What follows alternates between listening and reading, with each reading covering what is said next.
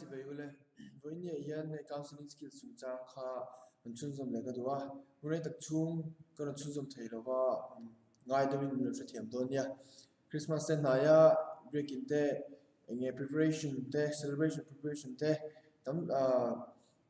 ลำพังอาหุ่นตั้มจอกันมันอาจุดละวางินก็เราตัวไทยลูกเราว่าในมาเซลาว่าอินจู counseling skills 3 และ4ที่อาจารย์ฟักเราว่าจุ่มจู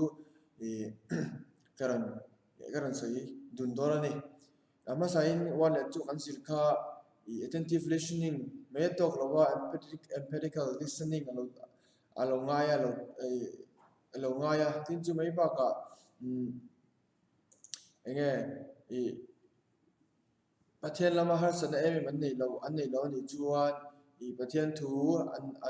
สวยบริการอารมณ์เรานี่ที่กันเชียอาจารย์จูเรื่องมิชิงจูดูซองเนี่ยกันเรานี่ชินฟ้าคานจูมันจวนกันดูสวยค่าอารมณ์เราชินเนี่ยจนปฐุมน่าเลยปนีนักกันเชียร์ชกพาลังอันหาสัตว์จูเตะโมอเลียนโมออลซัมเดวินปัลจุสักสูนุนาเฮียนเองหาสัตว์นับโปนิเซอตงตุตานะหาสัตว์นี่ที่เชิดปุยงเจอันหาสัตว์นัจูเองอังเงอันนี้ที่อันมานี่อินี่เราฟังอินอิสระเวกระวังนิมาเสลาหาสัตว์นั่นเลยเชียวนัจูเองที่อังเงออมที่เชิดปุยลาจุดจังจวนกังเซโรทีนี้อัปลีนัจูที่ตัวดังในจุงอินกังเซลิงสูเรื่องรู้หาดังตักในลาอิทิลสวยแรงจางไข่ตักอินนิโรเซอันนั้นสัตว์นั่งไงเนี่ยจงจวงซีลวินที่นี่เวน่ากันเสียมาสักตัวเวน่ากันอันตัวจูหาสัตว์นั่นจูเองอังโปโลดิเซอิงไงเนี่ยสักตัวนี้เราที่นี่ทินแอนตินากันสวยลูกงาหาสัตว์นั่นจูอัดเตมอลียนโมแอนตินามีปกติเนี่ยละมาเฮียนหัวเตลงตาชัดมันอุยลงตาเซที่จวนหัวเตจะมีปกติเหล่าไลน์ปกติอุยลงเหล่ามามีปกติอุยเหล่าไลน์จวนหัวเตเหล่าว่ามีปกติอุยเหล่าไลน์จนหัวเตเหล่าเลยหัวเตจนเองทินมากันนัดที่ไทยเราเสียกันเสียมินชุนนั่นเต็มมังมีเงี้ยที่นุ่งอินมังนี่เราจวนมันไม่ชุ่มอินมังนี่เราจนหัวเตจุกันนี่นะยันนัดนะเขียนไทยเราอังคบเพียนี่กันง่ายที่ยังมาเสลามินหัวเตเราคิดจวนอุยเนี่ยนั่นเราอุยเนี่ยนั่นอันนู้ฟังกั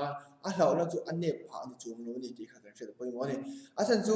อาทิตย์ลาวะอีฟเอ็นไอคานเราตานะอีฟเชียร์ทีมพี่ข้าเราง่ายตานี่มอลเตก้าในอีตานจนทิลเงี้ยฮาร์สทิลเราเรานี่ที่อีลาอีเปเทียโม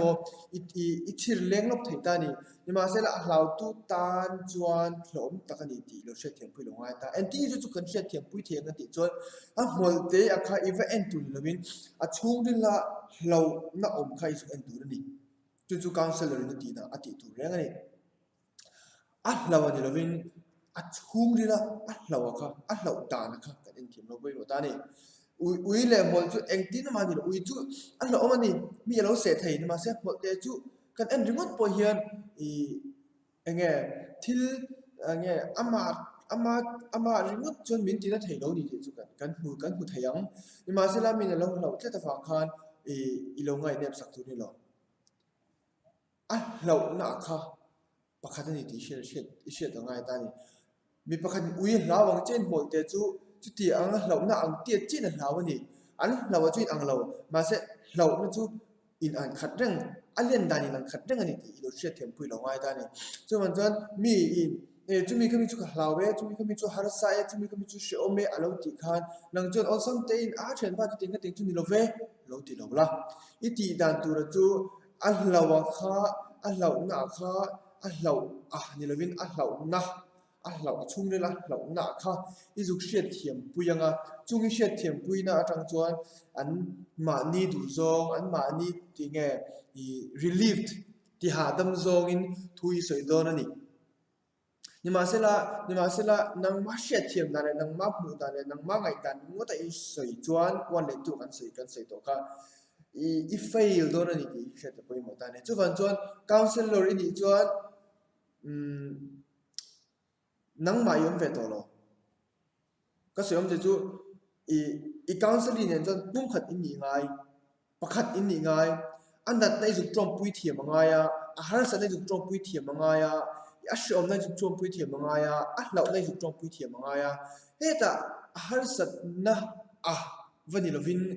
a hlawa vani lovin a chungla thil in lum let zok kha in ngai ta ni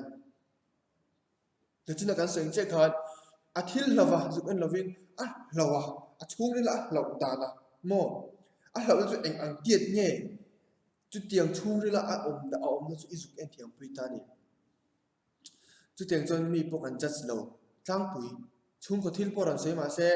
a chungla a ngai dan a chungla a om dan kha etlami a soyate vani lovin ama chungla om dan kha izuk en thiam pui na khan izuk mu thiam izuk mu thiam pui na khan e counselor tha ka sem so ke ta ni chu wan chon chana ka soi en tin na ka soi che khan uile molte chu in thlau ta kan ni hlau tur pon ni ma se la an hlawa an thil hlawa ve en sak lovin an chungla an hlawa kha an hlau ta na mo hlau na kha eng ang nin nge a om a chungla kha eng nge a thlen ti kha i shet thiam pui lo nga ya chu wan chon chu shet thiam pui na chuan mi tam tak e ange a chok jang khai ve thile ni ti kha shet thiam pui nga ta ni chin e counselor ni angin i ri ru chungla lai da tu lo chu eng ang har sa na pu in he na aron shuai thleng ani pon aron thleng ani pon chu har sa na chu nang chon har sa na angin ni lo em pui lai in har sat na chu enge mason na ni ti a ilo en pui na po khan ngai ta ni antina Leonard Cohen a chon e singer le songwriter Canadian mi chuan hian so ya ala en tema mi chuan ala en tema apua chon tian so ya thunon la ya atlar top ta pati hian na chok nga chu chun tian so ya there is a crack in everything. That's how the lights get in. That's how the light gets in. Get here, there's a crack. Get key eng huna khoya huna po ni masela chu eng lu na ni ti chu van chon chu mi chu kan ri ru nga na tu lo ni se poi mo em me ta ni pathian chu kan poi mo pathian chu tangkaya pathian chu kan pe sa cho pathian ni zel tu ni masela I mindset dan tu mindset dan tu ra chuan ti hian enge there is a crack chu mi nu na har sa na mi nu na ke chia lo chu mason na ani ti zong ni lo en pui tu ni ti hi counselor ni chuan i lo enge tu tiang hoi zong chun i lo soi tu ni a tu tiang hoi zong chun i lo counsel tu ni ti kha she da poi mo le ni chu wan chuan palina chuan ti tu dang nei lo la I hun darga khat chi nei ni pon darga khat hun chung song khan an ma ni a focus on che chuan an ma ni focus la tin iti tur dar khat huai ti tur enge dar khat thun huai ti tur enge iti tur ma in chop kha counseling nei lai chu ilu roi da thiang lo ilu ru ha dam taka yo mangai chuan I ka tang thu soi chu enge aron ti ha dam nga aron ti jang khai do ni nima sala ilu ru til ti tur dang ina ya ilu ru wa thil dang enge ti tu dang ilo ngai to reng na khan ka thu soi kha ha dam lawa sang khai lawa thil man tak da po lo ni ma se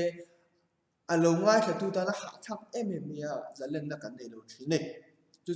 lo she ta poi mo ta ni chu wan chon heta hian ti hian ai zia ka never talks about anything that the patient should blame on to especially his or her family. Every of your speaking must be diplomatic as far as possible. Try to let them understand life in a very simple way. Omne chu nun issue se the ma ngai ta nun na chu nan thin yang china kan there's a crack kan tiang che kan nun na chu eng thil po ron thlen se chu ve tu ra ni ti lo acceptance lo nge acceptance na hoi zonga pom all some tur zonga ilo soi pui na khalo pui mo em me ta ni chuan on zong nein engma soi su tran zong nein engma soi su an mani counseling ho por kalanga an mani thiam angin ron lang thei chuan mi dang thiam lo angin ron soi thei ni ma sela tran zong nein engma soi su I answer le I thil sei re rang chu a diplomatic tu ni on zong nei lovin mo huat zong song si lovin azau thiang berin shet thiam o thiang berle mi zong nge pom zam thei turanga explanation ilo pe kha apoi mo MMA tani so one John living with chronic depression by Jerome Levin Asia atanga tilpat ko share chu Asia ka chen tilpat ko share chu and life experience va share thiam pui tho si le an mani particular life va share thiam pui tho si in ma se la chu focus si le an nun chung la depression boy na tak kha I kan zuk share thiam pui lo pui mo ta ni ti hi ni so one John until objective materialistic boy na ai ma khan an chung rila an boy na kha izuk share thiam pui lo ngai ta he tlama tanga is solution of lo chuan a chuaka a effect a khan solution om don lo ni chu van chuan headline chung rila khan solution lo pe kha alo pui mo em ta ni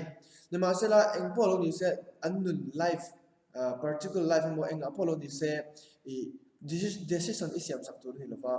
decision vai khat ma siam sak tu ni lo achan chu decision lo siam sak lo kal dik lo ni chuan ma ba khan mu po don lo chi a counselor ba khan mu po mo pu don lo ni chu van chuan decision is siam sak tu ni lo ba ni chu van chu kan soi